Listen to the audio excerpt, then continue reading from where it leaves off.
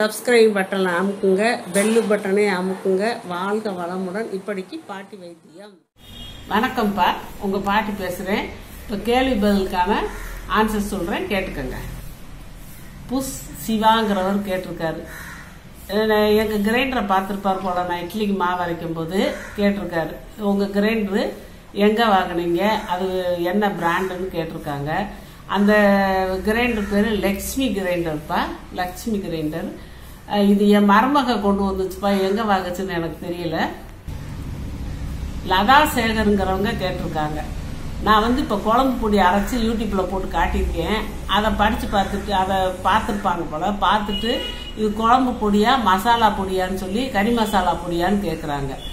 இது கறி மசாலா பொடி இல்லைப்பா, குழம்பு பொடி தான். கறி மசாலா பொடி நான் திண்டுக்கல் பிரியாணி பொடின்னு சொல்லி யூடியூப்பில் ஒரு 2-3 மாதத்துக்கு முதல் போட்டிருக்கேன். அதை பார்த்துக்கோங்க, சூப்பராக இருக்கும். நான் அதை தான் யூஸ் பண்ணுவேன்.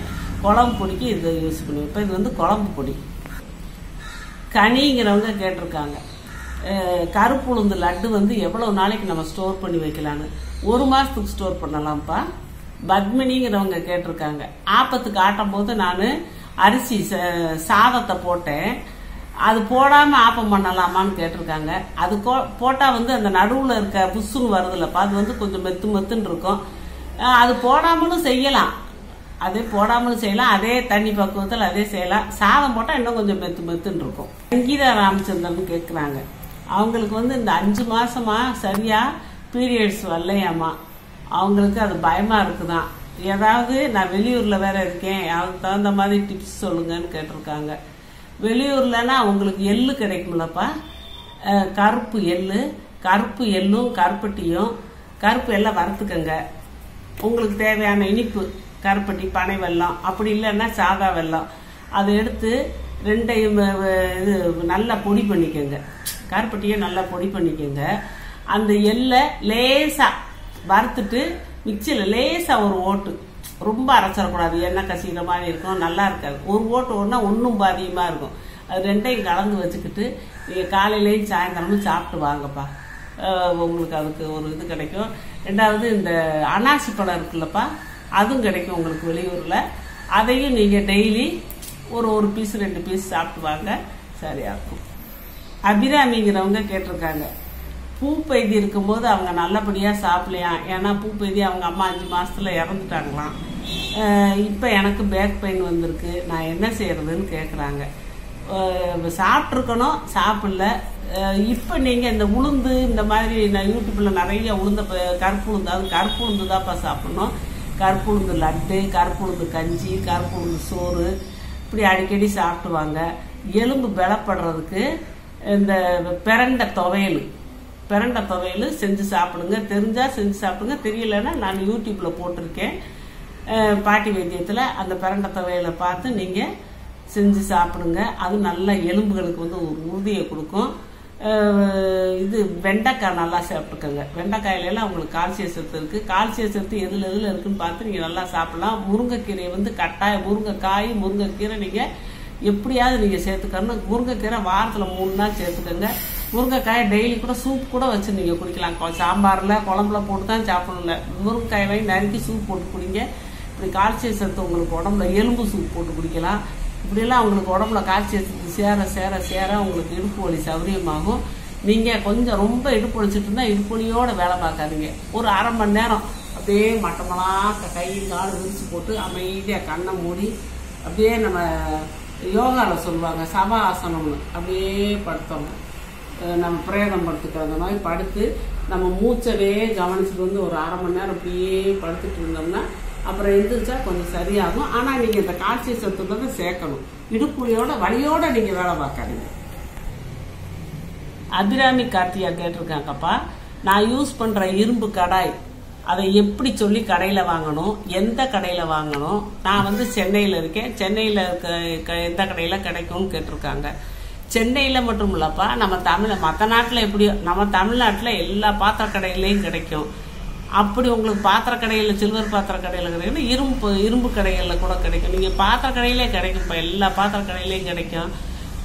இப்போ சென்னையில் தான் சொல்கிறாங்களே, சரவணா ஸ்டோரு, அப்படி இப்படின்னு அதுவும் கிடைக்கும். இந்த பாரிஸ்ல எல்லாம் இரும்பு ஜாமான் கடைகள்லாம் இருக்குது, மற்ற எல்லா கடையிலும் இருக்குப்பா. அங்கெல்லாம் நீங்கள் போய் கேட்டீங்கன்னா இப்படி கேட்கணும், வார்ப்பு இரும்பு சட்டி, வார்ப்புலேயே இரும்பு கடாயின்னு கூட கேட்கலாம். வார்ப்பில் கொடுங்க, தனியாக இரும்பில் இருக்கும், அது வேண்டாம் உங்களுக்கு, வார்ப்பு சட்டின்னு கேட்கணும், அதான் நல்லது. ஆனால் அந்த வார்ப்பு சட்டியை வந்து நம்ம பத்திரமா பார்த்துக்கணும். கீழே மேலே டப்பு டுப்புன்னு போட்டால் உடஞ்சி போயிடும். நம்ம எவர்சில்வர் பாத்திரத்தை போட்டாப்புல போட முடியாது. கோளாரம் நம்ம மண் சட்டி எப்படி யூஸ் பண்ணுறோமோ அந்த மாதிரி பண்ணணும். வார்ப்பு சட்டியில் செய்கிறது உடம்புக்கு ரொம்ப நல்லதுப்பா. எவர்ப்பு சட்டியை காட்டிலும் கடையில் போய் கேட்குறது வார்ப்பு கடாயின்னு கேட்கணும். இரும்புலேயும் வார்ப்பு உள்ளதுன்னு கேட்கணும். அப்படி கேட்டால் தருவாங்க, கனமாக இருக்கும். இரும்பு சட்டி கூட லேசாக இருக்கும், இது கனமாக இருக்கும். இந்த ராஜுக்கிறவங்க கேட்டிருக்காங்கப்பா. நான் குழம்பு பொடி யூடியூப்ல போட்டிருக்கேன், அதை பார்த்துட்டு அந்த பொடியை டெலிவரி ஆனவங்களுக்கு மருந்து குழம்பா யூஸ் பண்ணலாமா அப்படின்னு கேட்டிருக்காங்க. யூஸ் பண்ணலாம்ப்பா. அதில் வந்து கொஞ்சம் காரம் குறையா இருக்கும். கொஞ்சம் குறைச்சிக்கிட்டு நீங்கள் வந்து மிளகு சீரகம் அதை கொஞ்சம் ஜாஸ்தியாக சேர்த்துக்கோங்க. அதை பொடியை கூட போட்டுக்கோங்க. இந்த குழம்பு பொடியை நீங்கள் கருவாட்டு குழம்போ பூண்டு குழம்போ வைக்கிறதா இருந்தால் கொஞ்சமாக போட்டுக்கிட்டு அதில் கொஞ்சம் நீங்கள் மிளகு சீரகம் கசகசா இதை கூட லேசாக வறுத்து குறைச்சி போட்டுக்கோங்க. அவ்வளோதான், அது டெலிவரிக்கான மருந்து பொடியாக போயிடும். மகேஸ்வரிங்கிறவங்க கேட்டிருக்காங்கப்பா, நீங்கள் இனிப்பு ஆப்பம் செஞ்சு காட்டுங்கன்னு. செஞ்சு காட்டுறேப்பா. இனிப்பு ஆப்பம் வேற ஒன்றும் இல்லைப்பா, நம்ம ஆப்ப மாவில் வந்து தண்ணி ஊற்றுறோம்ல, அதுக்கே வந்து நம்ம இது வெள்ளை பாகு காய்ச்சி அதில் ஊற்றி கலக்கி சுட்டுறலாம், அவ்வளோதான், வேற ஒன்றும் இல்லை. அஸ்கார் சாப்பி அப்படிங்கிறவங்க கேட்டிருக்காங்க. அவங்க அம்மாவுக்கு 56 வயசு ஆகுது. அவங்களுக்கு வந்து இடது கை அந்த மூட்டு பக்கம் வீங்கி இருக்குதாமா, வீங்கி இருக்குது, அது நீருன்னு சொல்றாங்க. இதுக்கு என்ன செய்யறது, அவங்களுக்கு வலியும் எடுக்குது, என்ன செய்யறது கேட்குறாங்க. இந்த நீர் பிரச்சனைக்கெல்லாம்ப்பா சொரக்காயை நீங்கள் எந்த வழியிலையா சேர்த்துக்கணும். சொரக்காய் சூப் வச்சு சாப்பிடலாம், சொரக்காய் ஜூஸ் பண்ணி சாப்பிடலாம், சொரக்காய் சட்னி வச்சு சாப்பிடலாம், சொரக்காய் கூட்டு வச்சு சாப்பிடலாம், அடை செஞ்சு சாப்பிடலாம். இப்படிலாம் பல வகையில் டெய்லி சொரக்காய் சேர்த்துக்கிட்டே வந்தாங்கன்னா அந்த நீர் இதாகும், நீர் போயிடும். அப்புறம் பார்லி அரிசி கஞ்சி, பார்லி அரிசி 100 கிராம் வாங்கி மிக்சியில் போட்டு பொடியாக்கிட்டு அந்த பொடியை டெய்லி 1 டேபிள் ஸ்பூன் அளவு போட்டு நல்லா 1 சொம்பு தண்ணியை ஊற்றி குக்கரில் வச்சு வேக வைங்க. அந்த தண்ணியவா வடிச்சு அடிக்கடி குடிச்சா அந்த நீரெல்லாம் உடம்புல இருக்க நீரெல்லாம் போயிடும், வலி விட்டு போகும்ப்பா. உமாங்கிறவங்க கேட்டிருக்காங்கப்பா, ஆப்பத்துக்கு பச்சரிசி சாதம் சேர்க்கலாமான்னு. சேர்க்கலாம், ஆனால் நம்ம வந்து ஆப்பத்துக்கு பச்சரிசி தானே போடுறோம், அதனால புழுங்கரிசி சாதம் போட்டால் ரெண்டும் கலந்த மாதிரி ஆயிரம் போட்டேன். உங்களுக்கு புழுங்கரிசி சாதம் இல்லை, நீங்கள் பச்சரிசி சாதம் தான் பண்ணுறீங்கன்னா சரி போட்டுக்கோங்கப்பா. அபிலாஷ் சந்திரன் அப்படிங்கிறவங்க கேட்டிருக்காருப்பா. ஸ்மோக் பண்ணுறவங்களுக்கு அந்த லங்ஸை எப்படி கிளீன் பண்ணணும் அதுக்கு வழி சொல்லுங்க அப்படின்னு கேட்குறாங்க. ஸ்மோக்கும் பண்ணிக்கிட்டு லங்ஸையும் கிளீன் பண்ணுறதுன்னா தப்பு தான்ப்பா. நீங்கள் வந்து ஸ்மோக் பண்ணுறத கொஞ்சம் கொஞ்சமாக நிறுத்த பார்க்கணும். ஏன்னா பூரா அந்த புகையெல்லாம் போய் லங்ஸை போய் அடைச்சிக்கிட்டு லங்ஸ் கேன்சர் வந்துடும், அப்புறம் உயிருக்கே பிரச்சனை வந்துடும். அதை நீங்கள் வந்து முதல் ஸ்மோக் பண்ணுறத நிப்பாட்டிடுங்க. நிப்பாட்டிட்டு நீங்கள் வந்து இந்த மூச்சு பயிற்சி ப்ரீத்திங் எக்ஸசைஸ், அது நீங்கள் இந்த யோகா செய்கிறவங்ககிட்ட அவங்ககிட்ட எல்லாம் போனீங்கன்னா ப்ரீத்திங் எக்ஸசைஸ் தனியாக சொல்லி கொடுப்பாங்க. ரெண்டாவது இந்த லங்ஸுக்கான அந்த மூச்சு பயிற்சி எப்படி ஏது என்னன்னு விவரமாக சொல்லி கொடுப்பாங்க. அது ஒரு 12 ஸ்டெப் இருக்குது. நீங்கள் அங்கே போய் ஒரு மாதம் பழகிக்கிட்டு அப்புறம் நீங்கள் வீட்டில் வந்து டெய்லி விடாமல் செஞ்சீங்கன்னா ஏற்கனவே நீங்கள் சேர்த்து வச்சுருந்த அந்த புகையெல்லாம் போயிடும், லங்ஸு கிளீன் ஆகிடும். பிரியாங்கிறவங்க கேட்டிருக்காங்க, வரகு அரிசியில் நீங்கள் தோசை செஞ்சு காட்டுங்கன்னு. காட்டுறப்ப அடுத்து வீடியோ போடுறேன். சத்யாங்கிறவங்க கேட்டிருக்காங்க, அவங்க 4 மாதம் பேபிக்கு பால் கொடுத்துக்கிட்டு இருக்காங்களாமா. அந்த தொப்பை குறையிற கஷாயம் குடிக்கலாமான்னு கேட்டிருக்காங்க. குடிக்கலாம்ப்பா, நீங்கள் குடிக்கலாம், உங்கள் குழந்தைக்குமே நீங்கள் குடிச்சு கொடுக்குற பால் வந்து நல்லா இருக்கும், நல்ல உடம்புக்கு நல்லது, குடிக்கலாம். அனிதா அமலா அப்படிங்கிறவங்க கேட்டிருக்காங்கப்பா, நான் வந்து தாய்ப்பால் சுரக்கிறதுக்கு டெய்லி ஒரு 50 கிராம் அளவு பச்சை வேர்க்கடலை சாப்பிட சொல்லியிருக்கேன். அதை அவங்க பார்த்தது அவங்க பாட்டி சொல்றாங்களாம், பச்சை வேர்க்கடலை சாப்பிட்டா தாய்க்கும் குழந்தைக்குமே வயிற்றால போகும்னு சொன்னாங்களாம். எது சரின்னு எனக்கு புரியலையே அப்படின்னு கேட்டிருக்காங்க. பச்சை வேர்க்கடலை சாப்பிடலாம் பால் ஊறுறதுக்கு. எப்படி சாப்பிடணும்னா நம்ம பாட்டில் வேகமாக சாப்பிடக்கூடாது.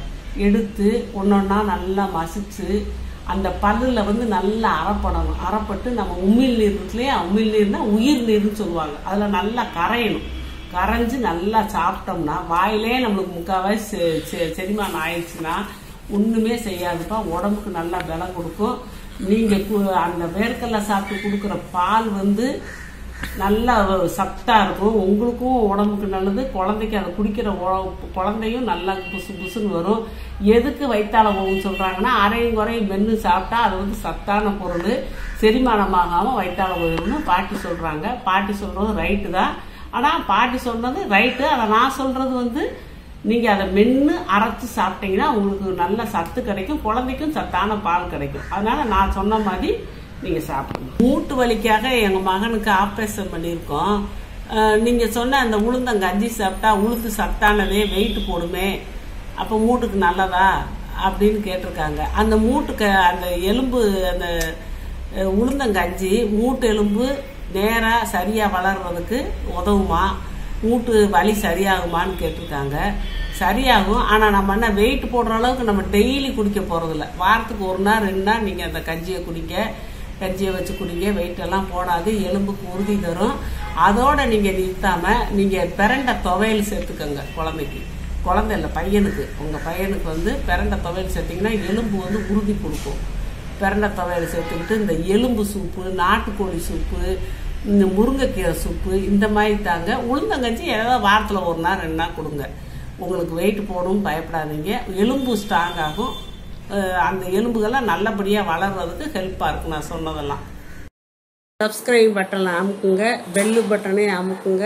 வாழ்க வளமுடன். இப்படிக்கு பாட்டி வைத்தியம்.